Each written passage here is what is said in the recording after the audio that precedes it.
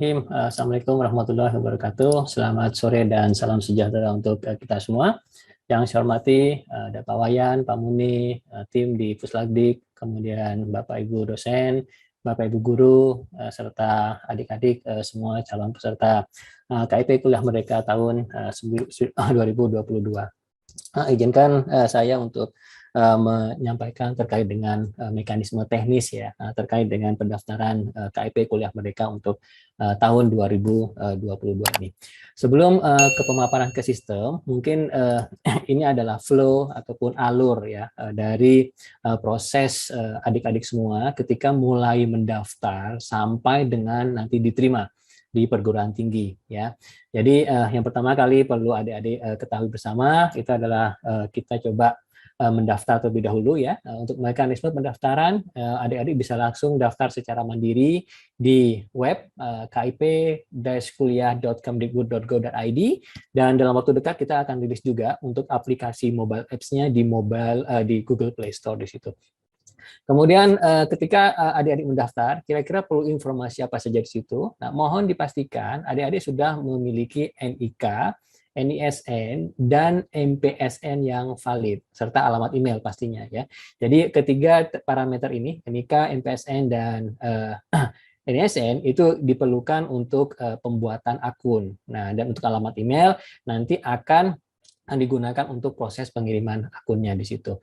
Setelah adik-adik mengisi NIK, NISN, dan MPSN, maka akan dilakukan oleh validasi. Nah, untuk mekanisme validasi, sistem KIP kuliah sudah terintegrasi dengan beberapa sistem terkait. Mungkin nanti setelah slide ini kita akan coba berikan informasi terkait dengan sistem yang sudah terintegrasi, sehingga nanti bisa diketahui. Kalau misalnya gagal pendaftaran, kira-kira masalahnya di mana, kalau misalnya data terkait dengan KIP yang belum muncul kira-kira dari mana dan lain sebagainya di situ. Kalau misalnya valid, data adik-adik semua NIK, NISN, dan MPSN-nya adalah tercatat dengan apa yang ada di Dapodik, maka sistem KIP kuliah akan mengirimkan kode akses ke alamat email yang diisikan oleh adik-adik pada tahap sebelumnya. Kemudian nanti silakan adik-adik login dengan menggunakan nomor pendaftaran dan password yang kami kirimkan. Kemudian nanti setelah lengkap berkas, baru adik-adik bisa memilih seleksi. Nah, untuk jalur seleksi silakan disesuaikan dengan jalur seleksi yang akan diikuti oleh adik-adik.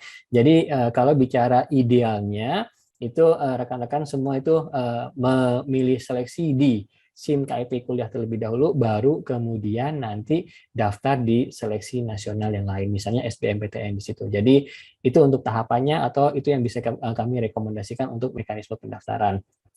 Nah, nantinya setelah adik-adik mengikuti seleksi perguruan tinggi, kemudian diterima oleh perguruan tinggi untuk masuk ke perguruan tinggi tersebut, maka tahap berikutnya adalah dilakukan proses verifikasi kelayakan peserta program KIP kuliah. Jadi itu mungkin gambaran umum ya, mulai dari mendaftar sampai pada akhirnya ditetapkan sebagai penerima program KIP kuliah. Kemudian untuk sistemnya sendiri, sistem KIP kuliah bisa diakses di alamat kip.kemdikbud.go.id. Kemudian sistem KIP kuliah sudah terintegrasi dengan data Dapodik. Jadi ini adalah database pertama yang digunakan untuk memvalidasi status ya adik-adik sebagai peserta KIP kuliah di situ. Mohon dipastikan NIK, NISN, dan MPSN yang diinputkan ketika adik-adik mendaftar itu sama seperti yang tercatat di Dapodik, Pusdatin Kemdikbud. Untuk adik-adik yang mendaftar kemudian ada kendala di sini dan belum lulus, ini mohon bisa berkoordinasi dengan sekolah untuk melakukan perbaikan data di Dapodik. Tetapi untuk adik-adik yang sudah lulus dan mengalami kendala ini, proses perbaikan bisa dilakukan secara mandiri. Jadi nanti kami akan informasikan link untuk memperbaiki NISN, MPSN, dan NIK. Kemudian sistem terkait berikutnya adalah LTMPT. Jadi ini kaitannya dengan mekanisme seleksi ya untuk SBMPTN gitu kan ya, karena di situ kan ada aspek pembayaran. Tadi di kebijakan sudah disampaikan oleh Pak Muni untuk peserta KIP kuliah itu dibebaskan biaya pendaftaran seleksi SBMPTN-nya. Kemudian sistem terkait berikutnya adalah PD Dikti. Ini terkait dengan pilihan PT dan Prodi, kemudian juga untuk melengkapi dan membantu Bapak Ibu di perguruan tinggi dalam proses validasi, kami juga mengambil data status adik-adik itu di DTKS Kemensos. Jadi nanti akan ada informasi apakah adik-adik terdaftar di DTKS atau tidak. Selain itu juga untuk melengkapi proses validasi, kami juga sudah terintegrasi pada tahun ini dengan aplikasi Si Pintar di PIP Puslabdik Kemdikbud di situ. Jadi ini adalah gambaran umum ya dari sistem KIP kuliah, kemudian berbagai sistem yang terintegrasi dengan SIM KIP kuliah. Untuk memulai proses pendaftaran, adik-adik bisa mengakses alamat ini ya, kip-kuliah.kemdikbud.go.id. Kemudian nanti untuk jadwal itu juga bisa diakses ya pada halaman web tersebut. Nah, untuk jadwal sendiri, mungkin beberapa rekan yang sudah mengamati perkembangan KIP kuliah 2 tahun terakhir sudah kelihatan polanya bahwa pemilihan seleksi di KIP kuliah itu baru bisa dilakukan H-1 sampai dengan H-1 ya, buka tutup jalur seleksi nasional di situ ya. Jadi adik-adik tinggal lihat aja kalau SNMPTN itu jadwal nasionalnya tanggal berapa, bukanya tutupnya tanggal berapa, berarti KIP kuliah akan dibuka sehari lebih awal, akan ditutup sehari lebih awal untuk memberikan kesempatan proses sinkronisasi antara sistem KIP kuliah dengan sistem registrasi seleksi nasional di situ. Untuk mekanisme pendaftaran, terutama untuk adik-adik yang bergabung pada kesempatan kali ini, itu kebanyakan akan mendaftar secara mandiri, tapi nantinya untuk beberapa adik yang memang dikatakan layak ya, saat divalidasi oleh perguruan tinggi, tapi yang bersangkutan belum memiliki akun KIP kuliah, itu nantinya bisa dibantu oleh perguruan tinggi. Namun besar harapan kami, semua peserta itu mendaftar secara mandiri di halaman web KIP kuliah. Nah, untuk pendaftaran alur dari pendaftarannya, silahkan buat akun terlebih dahulu, kemudian lengkapi berkasnya, kemudian baru nanti adik-adik setelah berkas lengkap akan muncul menu untuk ikut seleksi. Jadi kalau berkasnya itu belum lengkap, pilihan seleksi masuk perguruan tinggi itu belum bisa aktif. Ya, jadi kalau misalkan Anda mungkin melihat ya, oh kok teman saya sudah muncul nih bisa pilih seleksi SNMPTN, SBMPTN atau mandiri sedangkan di saya tidak. Nah, itu kemungkinan besar di berkas pendaftaran KIP kuliah adik-adik semua itu masih ada yang belum lengkap. Jadi mohon bantuan kerjasamanya untuk melengkapi sesuai dengan kondisi real yang ada di lapangan di situ. Ya, jadi untuk halaman loginnya adalah seperti ini ya. Jadi untuk rekan-rekan yang mau mendaftar silakan nanti di halaman web KIP kuliah klik tombol daftar atau masuk ya. Untuk yang sudah punya akun tahun lalu gagal, tahun ini bisa dicoba kembali ya dengan menggunakan akun yang sama. Tetapi untuk adik-adik yang belum punya akun karena mungkin juga akan baru lulus tahun ini. Jadi silakan buat akun baru. Untuk pembuatan akun baru di sini memerlukan 3 parameter, NIK, NISN, MPSN, kemudian juga mohon dipastikan alamat email yang nantinya akan digunakan untuk mengirim akun, ini adalah alamat email yang aktif. Kami juga menyampaikan beberapa rekomendasi di sini terkait dengan alamat email ini. Nah, ini kalau misalnya merujuk ke pertanyaan yang sering muncul ya di helpdesk itu kan ya, Kak, kita sudah daftar nih, kok akunnya belum nyampe juga nih gitu kan ya. Nah, kemungkinan besar ini ada kendala di email ya. Jadi terlepas itu ininya valid ya, itu kemungkinan besar ya itu kendalanya biasanya ada di email. Jadi jangan khawatir sekiranya ada kendala, kami juga buka helpdesk ya yang available 24 jam. Jadi di halaman web KIP kuliah pada bagian pojok kanan bawah itu ada tanda tanya, silakan diklik saja tombol tadi, kemudian langsung diajukan. Ya, pertanyaannya apa, kendalanya apa. Jadi nanti tim helpdesk akan membantu pertanyaan dari adik-adik semua di situ. Nah, setelah login, kira-kira apa yang muncul di dalam formulir? Secara umum untuk formulirnya mirip seperti yang ada pada tahun lalu, ya hanya saja mungkin terkait dengan status DTKS. Jadi kalau di tahun lalu kita itu menggunakan informasi desil ataupun persentil. Jadi untuk yang terdata di DTKS itu kita kembalikan ya yang bersangkutan itu ada di desil berapa, ada di persentil berapa di situ. Nah, untuk saat ini berdasarkan informasi yang kami terima dari Kemensos, semua yang terdata di DTKS itu adalah kategori mampu sebagai penerima KIP kuliah. Jadi layak sebagai penerima program KIP kuliah. Jadi kategori layak ya.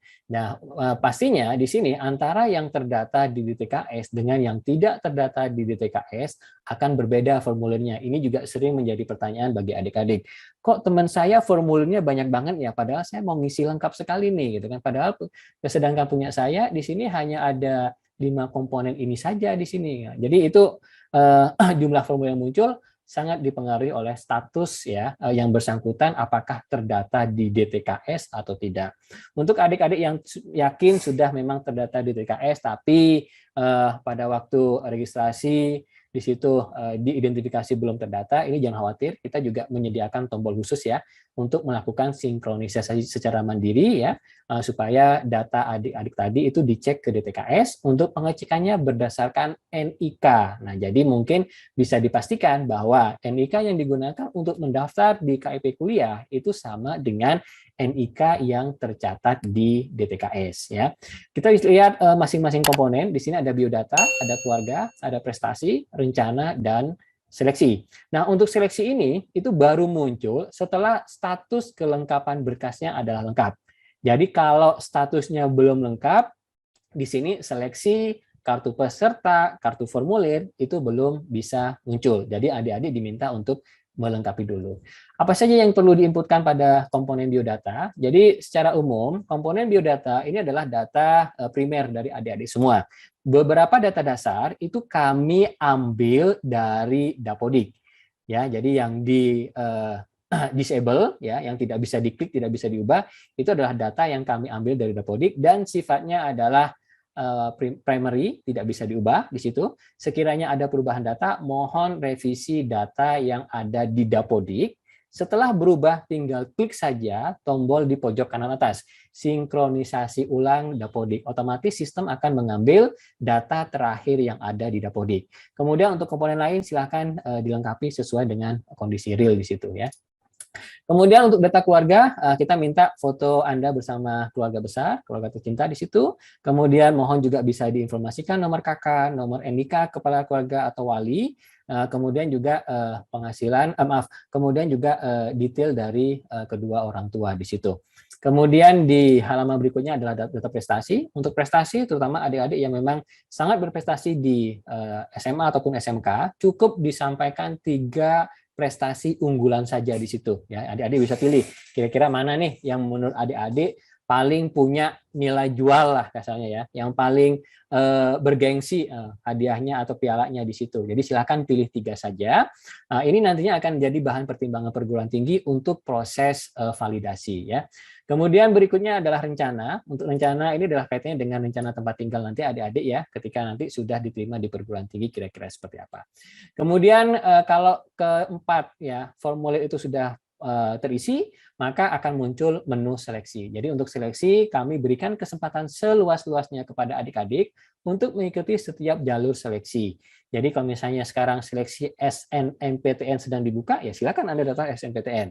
Gitu kan ya. Kalau misalnya masih gagal di SNMPTN, Anda bisa daftar lagi di SBMPTN. Ya. Kemudian kalau misalnya masih gagal, Anda bisa ikut jalur mandiri. Nah, sebagai catatan perlu diwanti-wanti di sini adalah saat Anda memilih seleksi di sini, itu bukan serta-merta Anda ikut seleksi nasional. Tidak.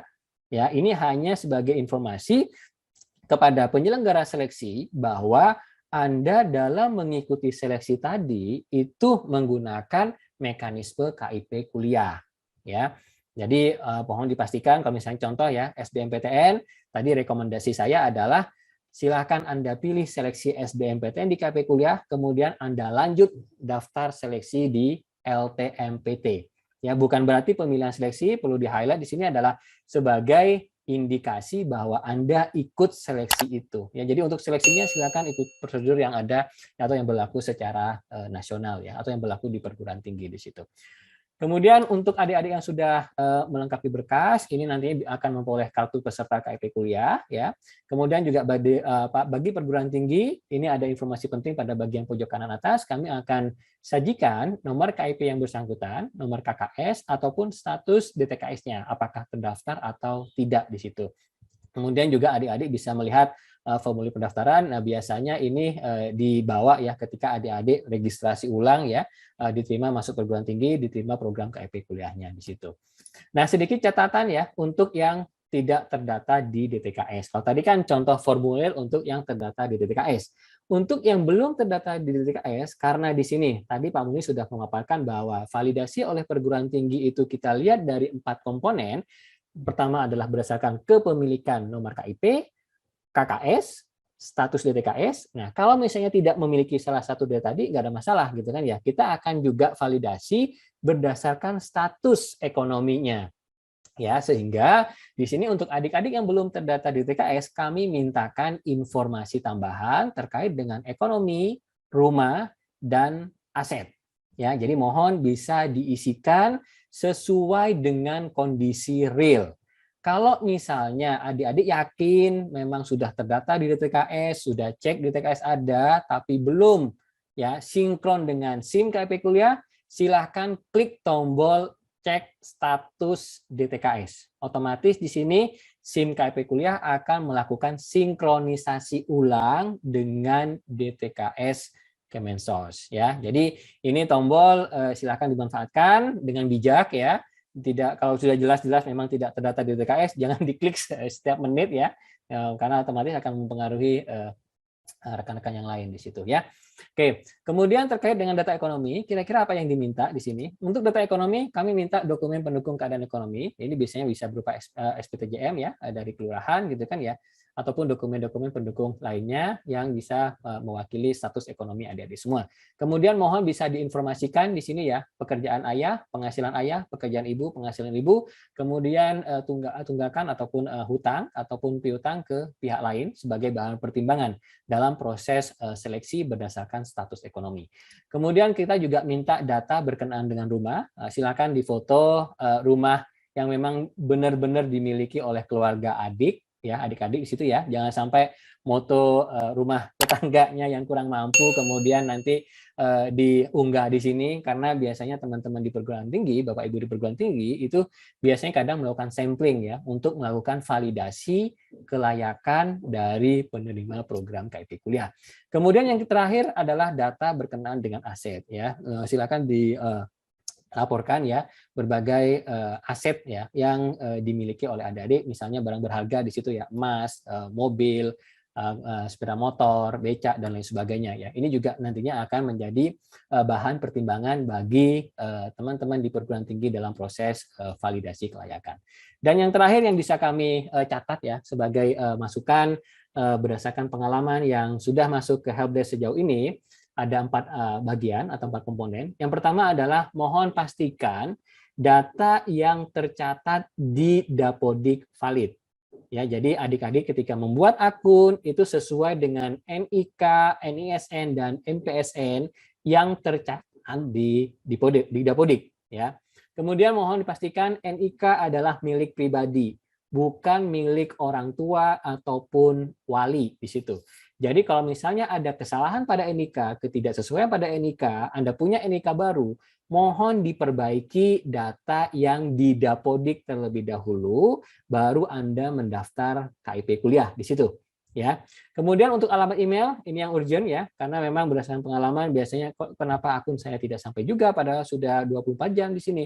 Mohon dipastikan bahwa alamat emailnya adalah alamat email yang valid dan milik pribadi ya. Jangan sampai di sini ya, mohon maaf nih, terutama untuk adik-adik yang dibantu oleh sekolah ya dalam proses pendaftaran, jangan sampai menggunakan email sekolah. Kalau bisa langsung email adik-adik sekalian di situ. Karena mungkin kan nantinya kalau sudah nanti diterima untuk kedepannya ya pasti akan sangat bermanfaat ya email tadi untuk berbagai informasi dari kami. Kemudian yang terakhir ya, kalau misalnya ada kesalahan terkait dengan ISN, MPSN, dan NIK, untuk siswa yang belum lulus, ini silahkan berkoordinasi dengan pihak sekolah. Mohon bantuan Bapak Ibu Guru untuk melakukan perbaikan data yang bersangkutan di Dapodik. Kemudian untuk yang sudah lulus, ini bisa melakukan perbaikan secara mandiri di laman pd.data.kemdikbud.go.id/verval lulusan. Ini linknya bisa diakses juga di SIM KIP kuliah. Jadi kami sudah berkoordinasi dengan teman-teman Dapodik ya untuk mengakomodasi sekiranya adik-adik mengalami gangguan ataupun mengalami kendala terkait dengan ESN, MPSN, dan NIK ya. Sebagai catatan di sini ya terkait dengan data pokok ini ya, mohon bisa digunakan atau diinputkan ya sesuai dengan kondisi real yang ada di sekolah di situ ya. Oke, jadi itu saja saya rasa dari saya berkenaan dengan sistem pendaftaran. Berikutnya saya kembalikan ke Mbak Novi sebagai moderator. Enggak, Mbak?